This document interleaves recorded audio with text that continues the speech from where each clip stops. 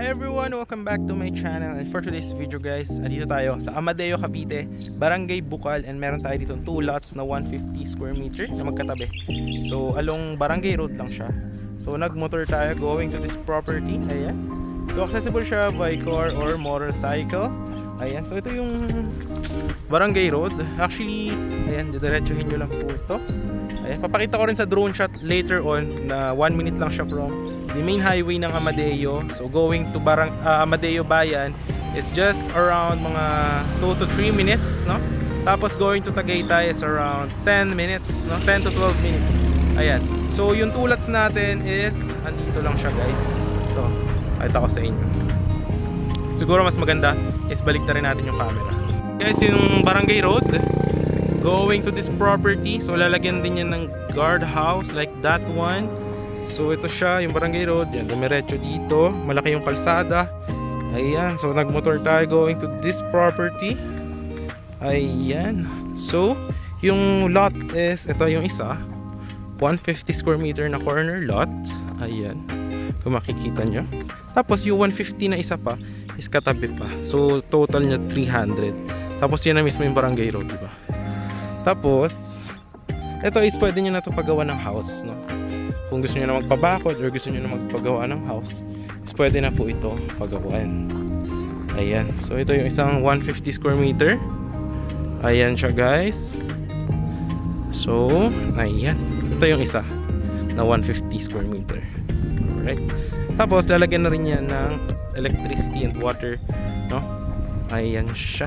So maganda yung property, no? Tahimik and maaliwalas. Alright. Tapos malaki yung kalsada. Ayan. Kasya yung dalawang SUV. Tapos siguro para mas ma-appreciate nyo siya is papaliparan ko siya ng drone shot para makita nyo kung gaano siya kalapit sa highway, katalapit sa Tagaytay, sa bayan, and ano yung mga klase ng house design na pwede gawin dito. Kasi isa lang tong project na to, same lang din to, extension lang yan nun.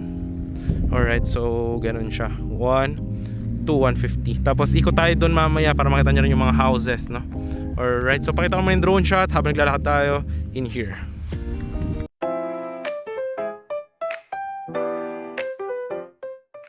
Two lots na 150 square meter corner and inner lot.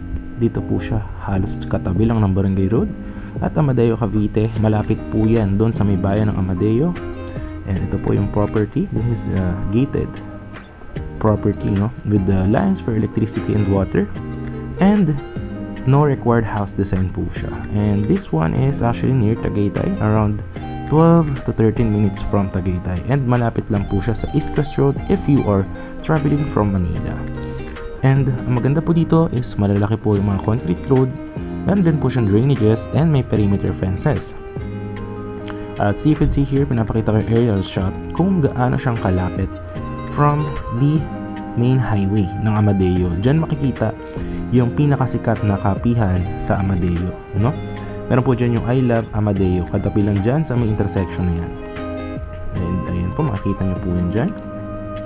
At pag nanaretso nyo po yan, ang Amadeo Bayan is malapit na po yan sa Tagaytay. So yan po yung daan from main highway going to the property. Ang kagandahan po dito is ready for use na po siya. Pwede nyo na siyang tayuan ng house, no? Or ng bakod, or gusto nyo lagyan ng maliit na house and lagyan ng mga halaman if you are a plantito or plantita, no? Ayan po siya. So ang maganda po dito, guys, is malamig po yung weather and perfect for retirement, no? Makikita nyo yung mga houses dito is kanya-kanya po siya ng design. So kung ikaw is naghahanap ng, alam mo yun, retirement property na mayroon kang peace of mind malapit sa Tagaytay, is I will definitely advise this one. Guys, nakita nyo naman yung aerial shot ng ating property. So ngayon, ikutan natin yung dito, yung project para makita nyo kung ano yung mga houses na nandito. But any house design po siya. So pasok tayo dito, guys, para makita nyo yung mga houses dyan na nagpagawa na din. Alright, tara daan tayo. Wait lang. Alright, so ito. Ayan, guys. So, ayun lang siya, yung 150 tsaka 150 square meter. Okay? Tapos ito, guys, yung mga houses na nakatira dito. And may mga kuryente na yan, may water. Ayan. So So may mga kikita rin kayo dito ng mga simpleng houses, no? Makikita nyo yan here, just a moment. At malamig po dito, no? Yan. So kung makapansin nyo, hindi lang nyo maramdaman here, pero mahangin guys, maaliwalas dahil ang taas ng above sea level po nito, no? Halos mga 300 meters above sea level. Sa Tagaytay is 400 to 500. Alright.